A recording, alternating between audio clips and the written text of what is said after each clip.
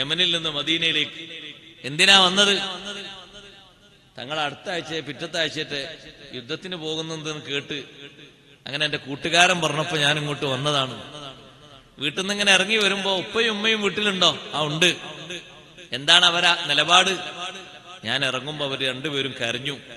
ഇർജി ഇലൈഹിമാ, മടങ്ങിപ്പോകണം.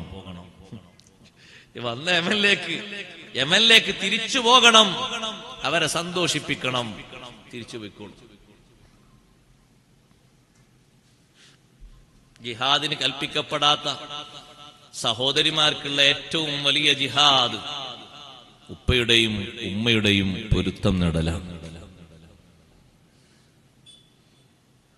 സ്വർഗത്തില് അന്തസ്സോടെ ഖുർആൻ ഓതുന്നത് കേട്ട ഹാരിസ് ഇബ്നു നുഅ്മാൻ റളിയല്ലാഹു അൻഹു ബദറിൽ ഷഹീദായ മഹാനാണ്, അൻസാരിയായ സ്വഹാബിയാണ്. ബദറിൽ പങ്കെടുത്തു, കുറെ കാലം ജീവിച്ചിട്ടുണ്ട്. മുആവിയ റളിയല്ലാഹു അൻഹുവിന്റെ ഭരണത്തിന്റെ സമയത്താണ് മഹാനവറുകൾ വഫാത്താകുന്നത്.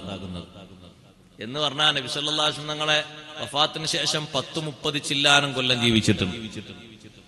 ആ ഹാരിസ് ഇബ്നു നുഅ്മാൻ റളിയല്ലാഹു അൻഹു ആണ് സ്വർഗത്തിൽ വെച്ച് നല്ല സുന്ദരമായ ഖുർആൻ ഓതുന്നത് കേട്ടത്. അതിന്റെ കാരണം ഉമ്മയുടെ പൊരുത്തം നേടിയതാണ്. മുത്തനബി സല്ലല്ലാഹു അലൈഹി വസല്ലം തങ്ങളെ ഒരു ടൈം പോലും കാണാൻ സമയം കിട്ടാത്തൊരു മഹാനല്ലേ ഉവൈസുൽ ഖർനി റളിയല്ലാഹു അൻഹു. ആ ഉവൈസുൽ ഖർനിന്റെ മഹത്വം എത്ര തവണയാണ് നബി സല്ലല്ലാഹു അലൈഹി വസല്ലം ഓർമ്മപ്പെടുത്തിയത്. ഉപ്പ നേരത്തെ പിരിഞ്ഞുപോയെങ്കിലും ഉമ്മയോടൊപ്പം ജീവിച്ചു കുറെ കാലം ഉവൈസ് ഇബ്നു ആമിർ റളിയല്ലാഹു അൻഹു തങ്ങൾ വഫാത്താകുന്നതിന്റെ തൊട്ടു മുമ്പത്തെ വർഷവും സ്വഹാബത്തിനോട് പറഞ്ഞല്ലോ, ഉവൈസ് ഇബ്നു ആമിർ വരും, ഉമ്മാക്ക് വലിയ പൊരുത്തമുള്ള മോനാണ്. ഉവൈസ് ഇബ്നു ആമിറിനെ കണ്ടാൽ കൈപിടിക്കണം, മുസാഫഹത്ത് ചെയ്യണം, ദ്വാർപ്പിക്കണം. ദുആഇന് ഉത്തരം ഉള്ള മഹാനാണ്. അടയാളം വരെ നബി സല്ലല്ലാഹു അലൈഹി വസല്ലം പറഞ്ഞു കൊടുത്തു. ശരീരത്തിൽ മുഴുവനും വെള്ളപ്പാണ്ട് ബാധിച്ചിരുന്നു. ഉമ്മാന്റെ ദുആ കൊണ്ട് മുഴുവനും അല്ലാഹു ശിഫയാക്കി. ഒരു ദിർഹമിന്റെ വലുപ്പത്തിൽ ഒരടയാളം ബാക്കിയുണ്ട്. ആ അടയാളം കണ്ടിട്ട് ആളെ തിരിച്ചറിയാം. എന്നെ കാണാൻ ആഗ്രഹിച്ചിട്ടുണ്ട്, പക്ഷേ ഉമ്മാന്റെ സമ്മതത്തിന് വേണ്ടിയാണ് കുറെ കാലം കാത്തുനിന്നത്. ഉമ്മാന്റെ സമ്മതം കിട്ടി മദീനയിൽ വന്നിട്ടുണ്ട്. വന്ന സമയത്ത് ഉമ്മ പറഞ്ഞതുപോലെ കാണാൻ പറ്റാത്തത് കൊണ്ട് തിരിച്ച് യമനിലേക്ക് വിട്ടുപോയതാണ്. ഉമ്മ പറഞ്ഞതുപോലെ കേട്ടു. വല്ലാത്തൊരാഗ്രഹല്ലേ. യമൻകാര് പലരും മദീനയിൽ വന്ന് മദീനയിലെ വിശേഷം പറയുമ്പോ ഉവൈസ് ഇബ്നു ആമിർ റളിയല്ലാഹു അൻഹുവിന്റെ മനസ്സ് എത്ര കൊതിച്ചിട്ടുണ്ട് മദീനയിലേക്ക്. ഓരോരുത്തര് സ്വഹാബിയായി വരുമ്പോ ജീവിതത്തിൽ ഒരു സ്വഹാബിയാവുക എന്നത് ഏറ്റവും വലിയ സർട്ടിഫിക്കറ്റാണ്. മുത്തുനബി സല്ലല്ലാഹു അലൈഹി വസല്ലം തങ്ങളോടൊപ്പം മുഅ്മിനായി ഒരു സെക്കൻഡ് ഒരുമിച്ച് കൂടിയിട്ട് അങ്ങനെ തന്നെ ഈമാനോടെ വഫാത്തായാൽ സ്വഹാബിയായി. കാണണം എന്നില്ല. മുഅ്മിനായ നിലക്കുള്ളൊരു ഇജ്തിമാഅ് നബി സല്ലല്ലാഹു അലൈഹി വസല്ലം തങ്ങളുടെ ഹയാത്ത് കാലത്ത് കിട്ടിയാൽ ഏറ്റവും ഔലിയാക്കളിൽ ഉയർന്ന സ്റ്റേജിലെത്തിപ്പോയി, ഒന്നാമത്തെ വിഭാഗത്തിലെത്തിപ്പോയി. ആരാ സഹോദര അതിനെ അധ്വാനിക്കാതിരിക്കുക? ഉമ്മയോട് സമ്മതം ചോദിച്ചപ്പോ ഒരിക്കൽ അവിടുത്തെ ഉമ്മ പറഞ്ഞു, ഇമാം ഖല്ലൂബി രേഖപ്പെടുത്തിയത് കാണാം, നബി സല്ലല്ലാഹു അലൈഹി വസല്ലം തങ്ങളെ കാണാൻ ഉവൈസേ നിങ്ങൾ മദീനയിലേക്ക് പോയിക്കോളൂ, പക്ഷേ സുർഹു ഫീ ബൈതിഹി, വീട്ടിൽ വെച്ച് കാണണം. പെട്ടെന്ന് മടങ്ങി വരണം. ഉമ്മ പറഞ്ഞതുപോലെ കാണാൻ പെർമിറ്റ് എവിടെ വെച്ചാ? വീട്ടിൽ വെച്ച്. അങ്ങനെ കഷ്ടപ്പെട്ട് മദീനയിലെത്തി. എത്രയോ വർഷത്തെ താല്പര്യം ഇന്ന് സാധിക്കുമെന്ന സന്തോഷത്തിൽ മദീനയിലെത്തിയിട്ട് ചോദിച്ചു, നബി സല്ലല്ലാഹു അലൈഹി വസല്ലം തങ്ങൾ എവിടെ? അപ്പൊ സ്വഹാബിമാരെ മറുപടി എന്താണെന്നറിയോ? ചോദിക്കുന്ന ആളാരാന്ന് അവർക്കറിയില്ല. അതൊക്കെ പിൽക്കാലത്താണ് അറിഞ്ഞത്. എവിടെയെന്ന് വെച്ച് പറഞ്ഞു പള്ളിയിലുള്ളത്. അള്ളാഹുവേ, പള്ളി കാണാൻ പെർമിറ്റില്ലല്ലോ. സുർഹു ഫീ ബൈത്തിഹി, അങ്ങനെയാണ് ഉമ്മ പറഞ്ഞത്. ഉമ്മ പറഞ്ഞത് എങ്ങനെ? അങ്ങനെ കേട്ടു. വീട്ടിലില്ല. എന്നാ പിന്നെ കുറെ കാത്തിക്കാൻ പറ്റൂല. കാരണം അടുത്ത വാക്കെന്താ? ഉഴുതു ശരി, പെട്ടെന്ന് മടങ്ങി വരണം.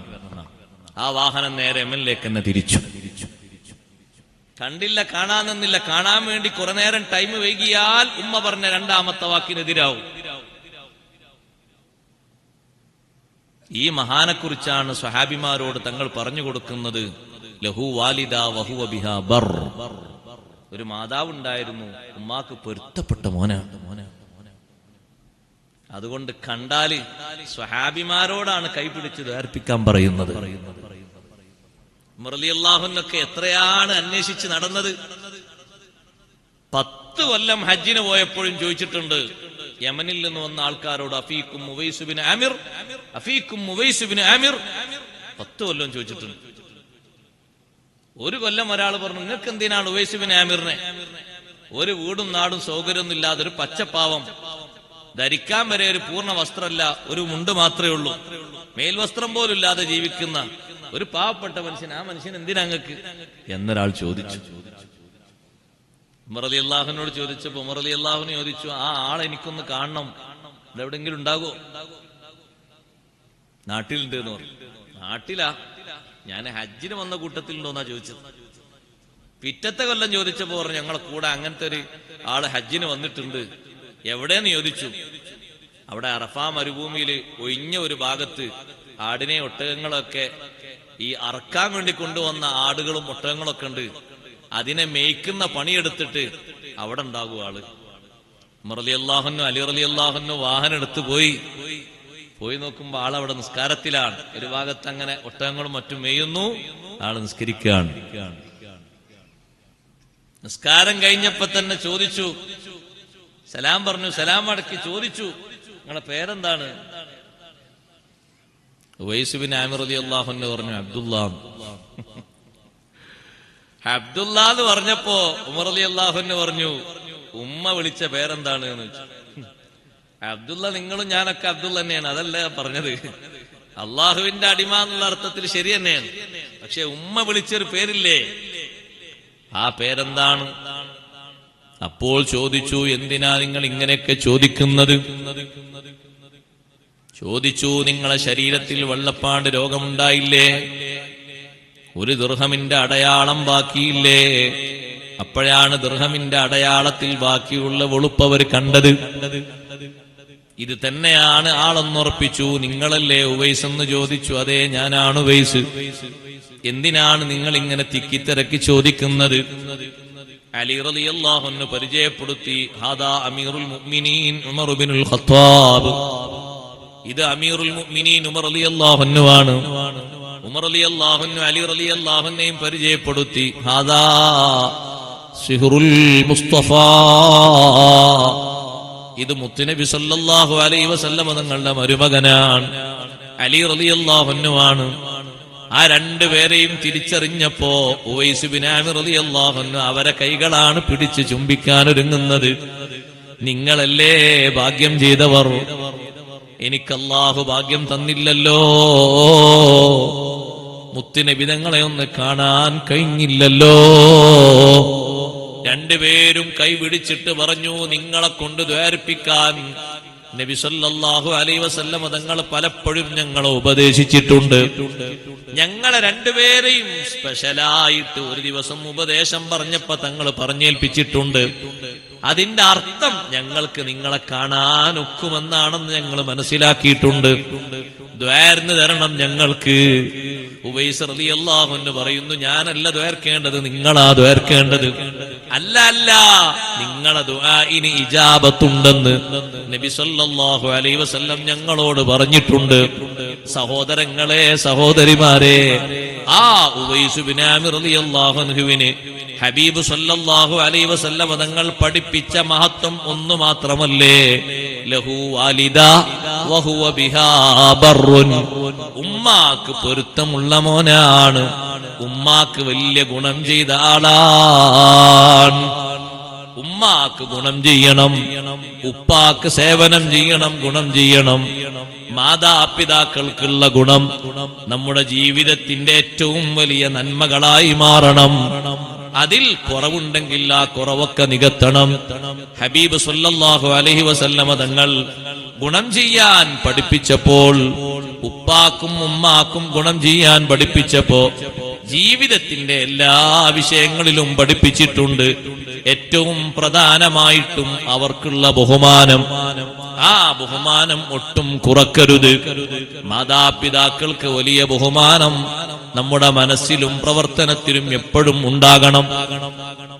അവർക്കുള്ള ബഹുമാനം കുറയരുത്. നബി സല്ലല്ലാഹു അലൈഹി വസല്ലം നിങ്ങൾ കാണിച്ച ബഹുമാനം നോക്ക് നിങ്ങൾ. ഹബീബ് സല്ലല്ലാഹു അലൈഹി